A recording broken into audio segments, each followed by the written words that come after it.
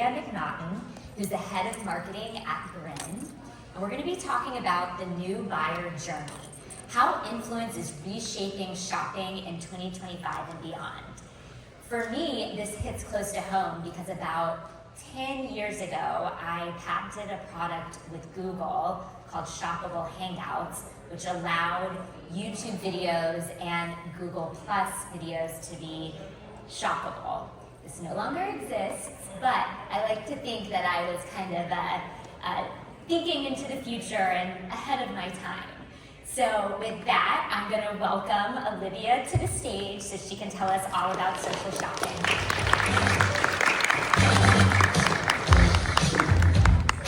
Hello, everybody. I'm so excited to be here, and Betty Ann, you really were ahead of the trend, so thank you for that perfect tee-up right there.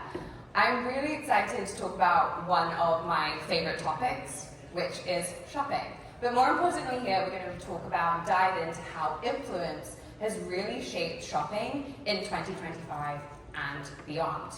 But before we get into this, I'm Olivia, I'm the head of marketing at GRIN, and if you haven't all noticed today, you're actually on the GRIN team because you're all wearing the GRIN logo around your neck, so congratulations, you're on the GRIN team today.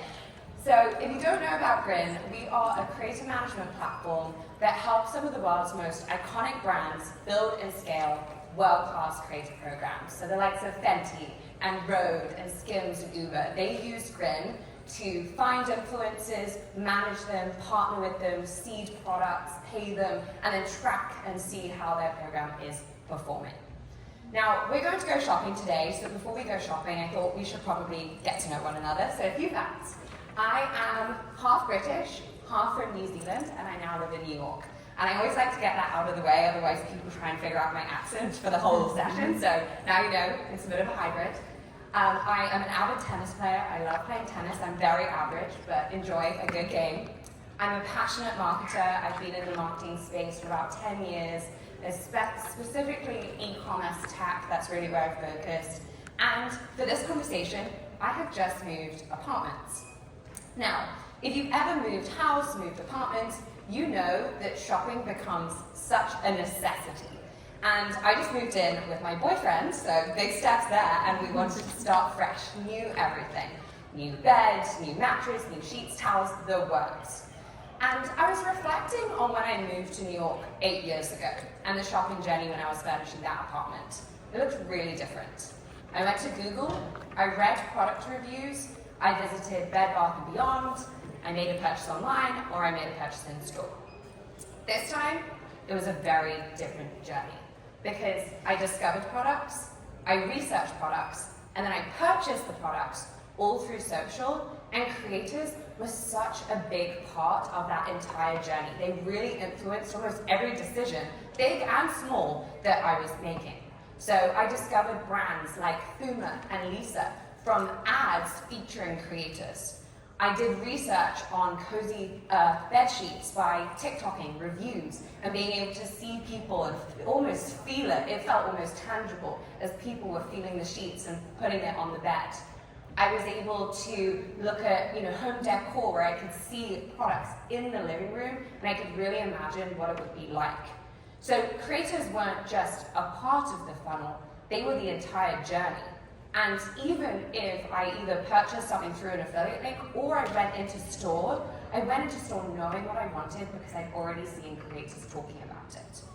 Now, how many of you can relate? I saw a few head nods, but how many of you can relate to this sort of shopping journey where creators really are influencing each part of the funnel? Yes, okay. I'm in a room full of influencer marketers, so this isn't too surprising. However, when it comes to discovery, each year we do a survey with over 1,000 consumers to really understand how are they discovering products, how are they doing the research, and how are they making those purchase decisions. We really want to unpack how people are shopping, what's influencing those decisions, and how does influencer marketing play into the funnel. So we're going to go through each stage and start with the discovery phase, which is where a consumer really becomes aware of either your brand or your products.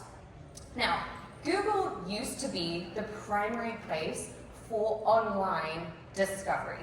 However, today, Instagram and TikTok are the most popular platforms for discovering new products for Gen Z and Millennials. Now, it could be, again, like I mentioned, it could be an ad that features a creator, or it could be searching specifically best mattress on TikTok.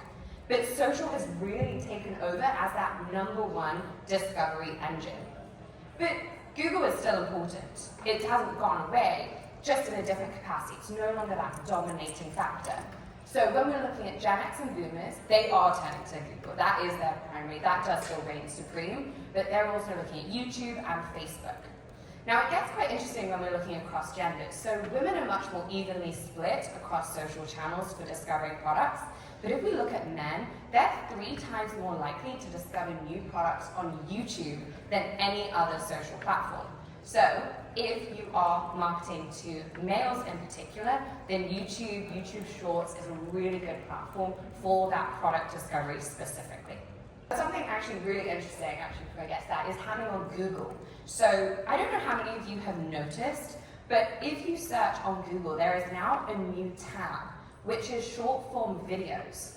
So Google is now featuring short form videos in the search results.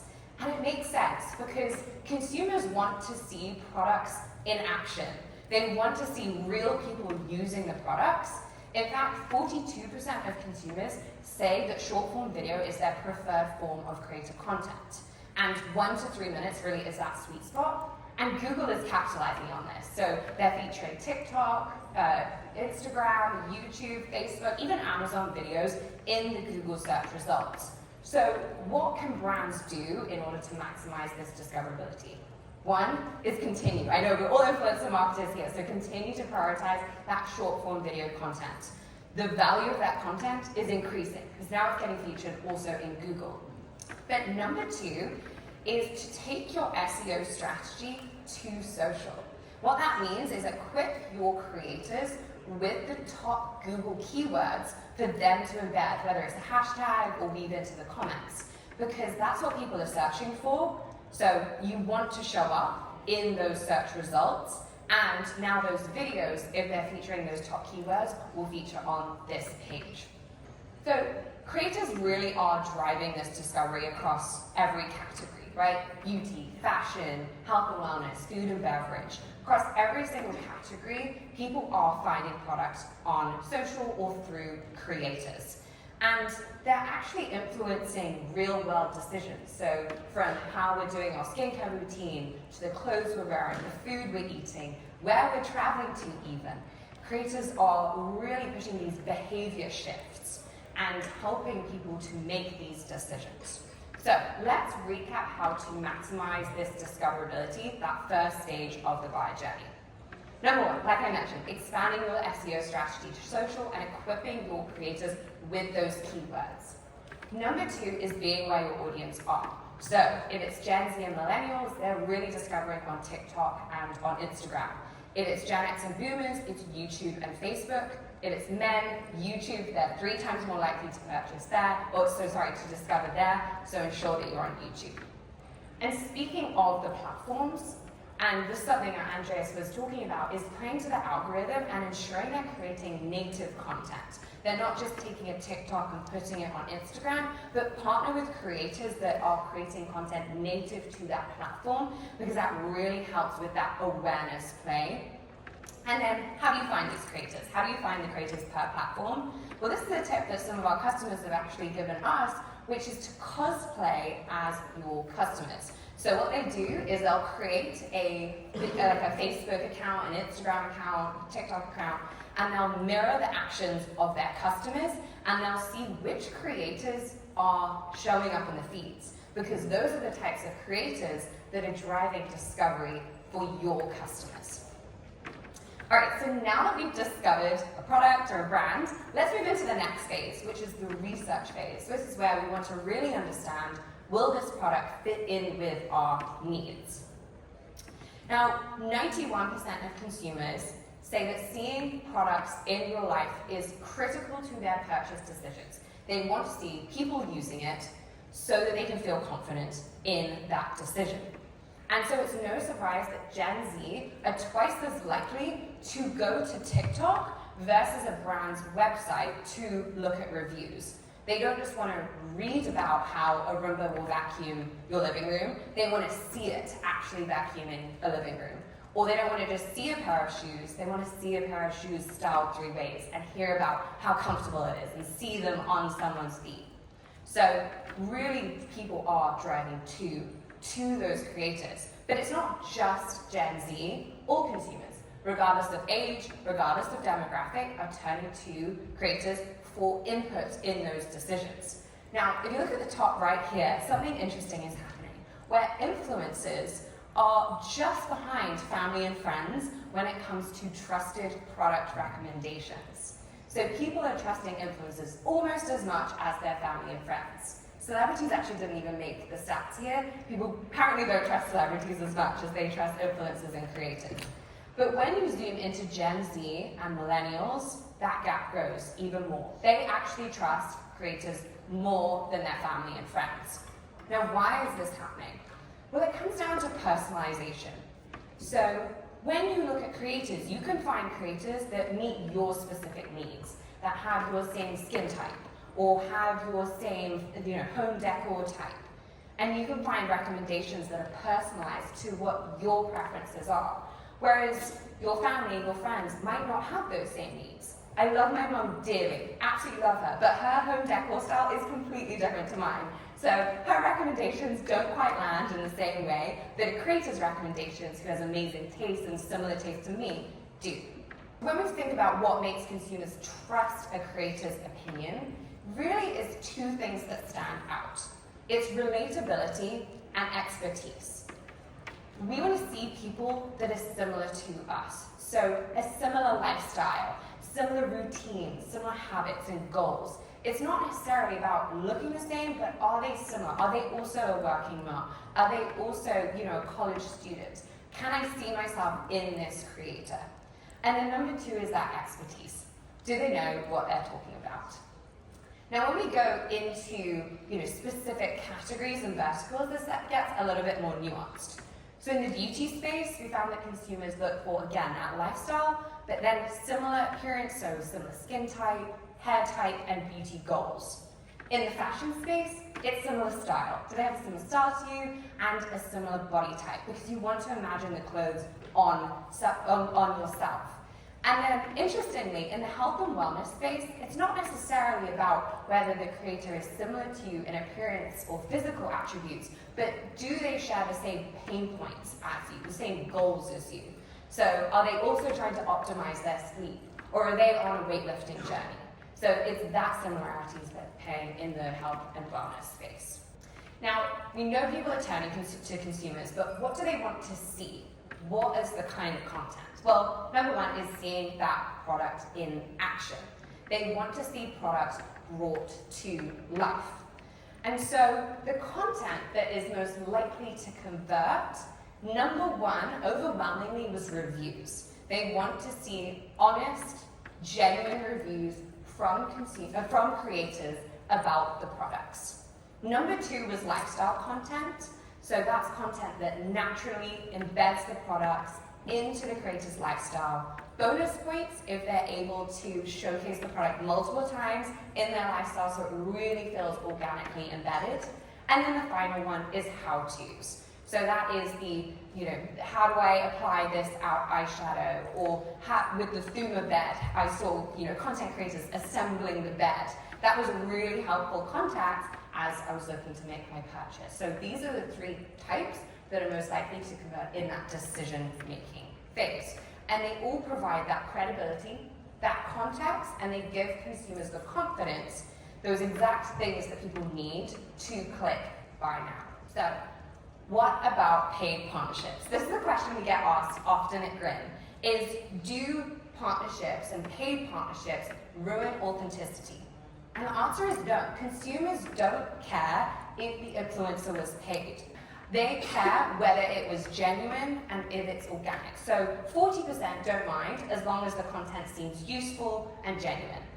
A further 15% don't care as long as the influencer is disclosing, they're disclosing that this was a paid partnership. And 20% are actually more likely to purchase if they know that it was a paid partnership because they see it as a genuine brand investment. And as Andreas was saying, people like to see brands supporting their favorite creators. So again, recapping this, consumers are savvy. So as long as it feels authentic, as long as it feels natural and genuine, then it's not going to decrease their likelihood to buy. In fact, it might even increase it. So recapping the research phase starts with picking the right creators. It's that relatability and that expertise that consumers are looking for. So when it comes to the decision-making phase, those are two really important things to look for when you're choosing the types of creators to work for. Number two, the types of content is showing the product in action. So maybe it's a simple get ready with me, maybe it's a day in the life. Showing the product in the day-to-day life is really imperative for making those product decisions. Next is securing reviews. People want to see reviews. They're shifting away from reading them. They want to watch them. So a good thing to do is to type in your product and one of your SKUs and see, do you have reviews on that, on TikTok, on Instagram, and ensure that there are reviews. If not, work to prioritize securing more from your creators. And then finally, keeping the content short-ish. So 1 to 3 minutes is the preferred length for consumers when it comes to that decision. Final stage of the buyer journey is the purchase stage. So this is where that influence really turns into action, turns into that sale. And before I go on to the next slide, I want to take a quick pulse check. Who here has purchased a product because an influencer has recommended it? Okay, almost every hand. Again, room full of influencer marketers, so it is no surprise. And when we surveyed all the generations, all the demographics, 2/3 of consumers have purchased the product because an influencer recommended it. And that goes up when we're honing in on Gen Z and Millennials. 62% of those actually purchased the product through social media. So they clicked through from social, whether it was through TikTok Shop or through an affiliate link, they purchased through social. With Gen Z, it's 3 out of every 4. So people are really buying. And that means that the purchase journey is much quicker. They're able to purchase right then and there. But even if they're not, just because they didn't buy it then and there, doesn't mean they weren't influenced. And this happened to me when I was looking at the mattress. I bought the mattress in person, even though I'd been influenced, I'd been made aware, I'd done all my research on social. I then went into a store, felt it, and then I made that purchase. So, and it's the same with beauty consumers especially. So 1 in 3 consumers who discovered a beauty or a fashion brand and made a purchase did so in store. They want to swatch it, they want to try and see the color match. So just because the sale didn't happen then doesn't mean that it didn't work. In fact, you can't even measure it sometimes. I know it's frustrating, you want to get that attribution, but it doesn't mean it doesn't work. People are still being influenced, even more than you can measure. But if you do want to seal the deal and secure that attribution, then what's probably not too surprising is that consumers are more likely to purchase when a creator offers a discount code or an affiliate link. So they're 25% more likely to purchase. But those are the most responsive to exclusive deals of beauty consumers. They love a discount, they love an affiliate link. So they're 66% more likely to purchase if there is an affiliate link or code attached. And to take it one step further, consumers love customized creator landing pages. So this is where instead of a creator linking out to just a home page or a single product page, this is where they link out to their customized landing page for that brand, and they can feature an array or a curation of their favorite products. So for example, Tiffany linked to her favorite sheets, her favorite towels, and her favorite pajamas. And it ensures a really seamless journey from seeing Tiffany's recommendations on social through to her customized landing page. And so Cozy Earth's creator landing pages outperformed their traditional links by 2.1 times because there was that really seamless journey. So, social commerce action plan when we're talking about the purchase phase. What do we need to keep in mind? Number 1 is integrating the shopping. So whether that's linking to your product catalog through YouTube or TikTok, ensuring that there is a way to purchase, that consumers can take that next step into the purchase phase. identifying your sellers. Not every creator is going to be a closer. Some might be amazing at driving awareness. Others might be really good at education, but not everyone is going to be a closer. So identify those closers. Typically, they're going to be the ones with the highest engagement rates because the engagement rates turn into action. So seek out your creators with really high engagement rates and those that are good at closing the deal. And then equip them with affiliate links, with affiliate codes, and if you want to take it that one step further, do recommend exploring those customized landing pages, which we do with Creator Commerce, but they're a really good way to have that personalized journey. And then finally, the fun part about the purchase phase is it's a phase you can really test and iterate because there are numbers attached. You can see that true conversion. So test different content types, different formats, different creators to really optimize who and what is driving those purchases. Now, let's put it all together because this is really what that modern path to purchase can look like for a brand. And it's not always going to be linear. It's not always going to be perfectly linear like this. But creators are going to be a part of every single step.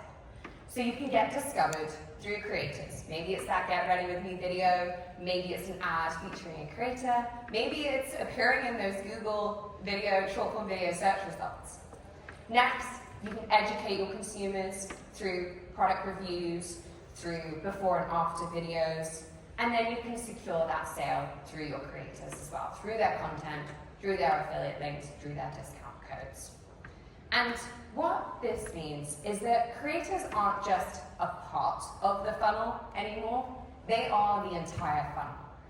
And maybe your brand is really good at the awareness phase, or maybe it's really good at the purchase phase. But the brands that are really winning today are the ones that are recognizing and activating creators thoughtfully in each of the phases of the journey and across the entire journey. Those are the ones that are winning because those are the ones that are able to follow the consumer through each phase of the buyer journey today. Because influencers aren't just one little part of the strategy, they are the strategy now when it comes to shopping online. So hopefully you learned a thing or two. Maybe you'll take away a stat, maybe you'll take away a recommendation of a mattress, Lisa, and Thuma for the bed, or maybe you'll just be able to take a tip or two, but it really is exciting that this is such a big part of shopping today and that everyone in this room is contributing so extensively to that. So thank you for having me and I'm excited to answer some questions.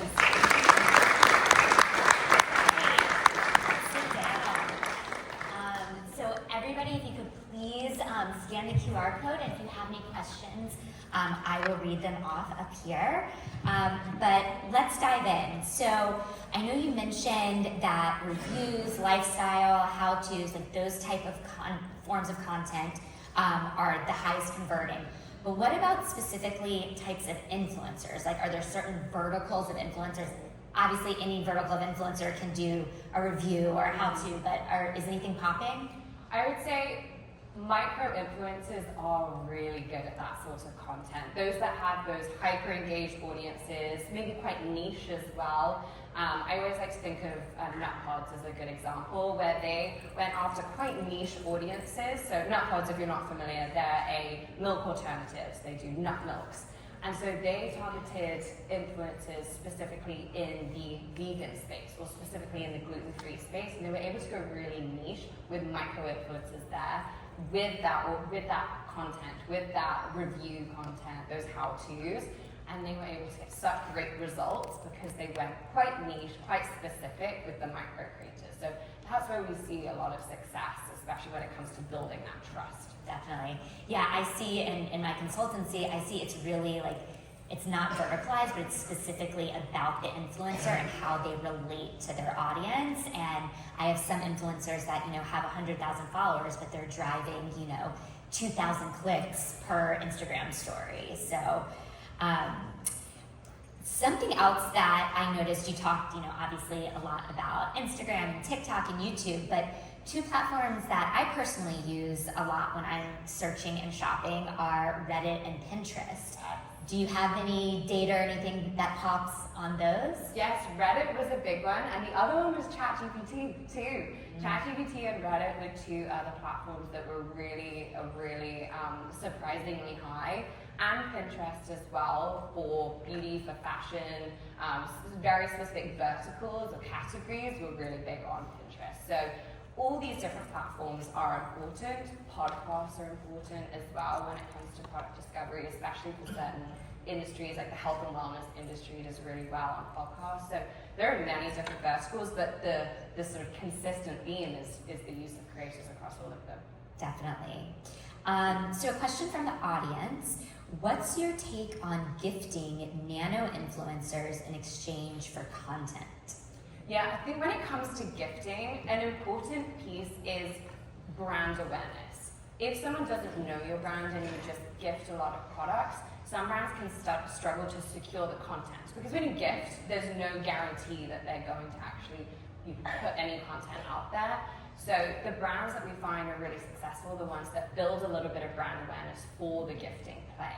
I know Jolie is a really good example. They're a shower filter. And they've had a lot of success when it comes to gifting their products, especially because it's one that you have to try. You really have to try it to love it, and you need to try it for a little bit of time too. So gifting can be a great thing to do, but it doesn't guarantee content.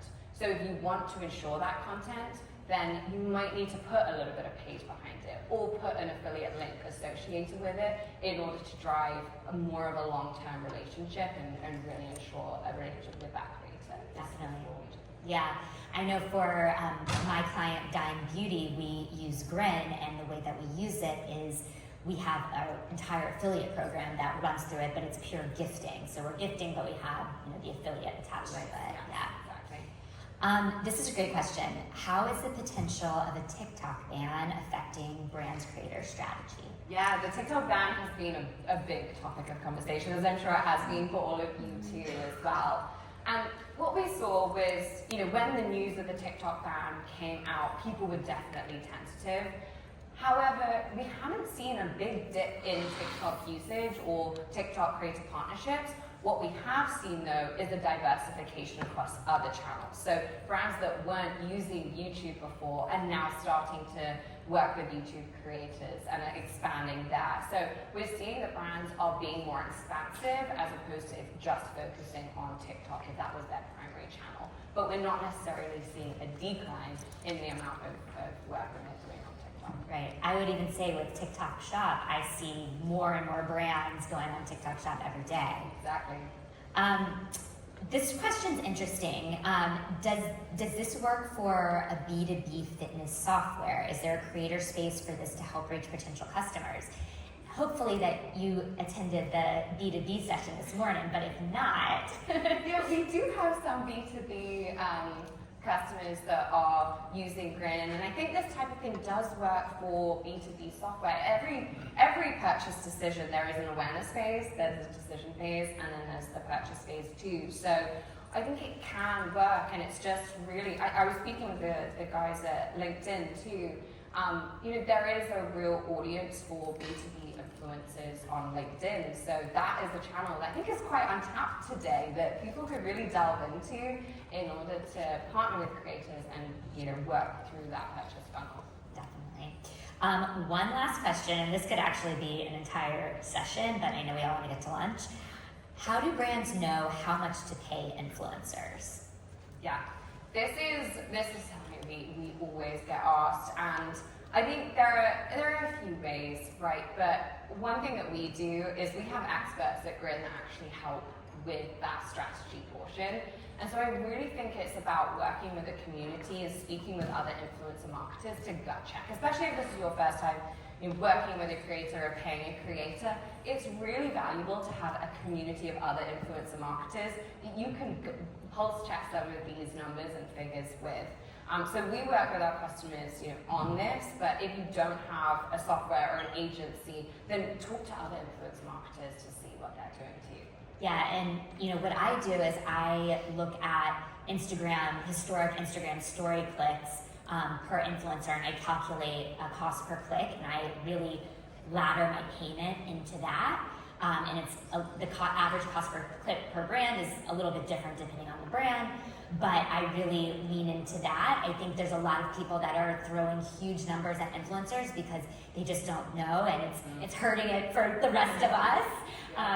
So yeah, it's the wild, wild west of influencer marketing costs out there. It really is, and that's why it's so nice to have events like this where you can speak with other people to learn what they're doing and how they're pricing too. So, Well, thank you so much. This was lovely, and thank you everybody for attending. Thanks for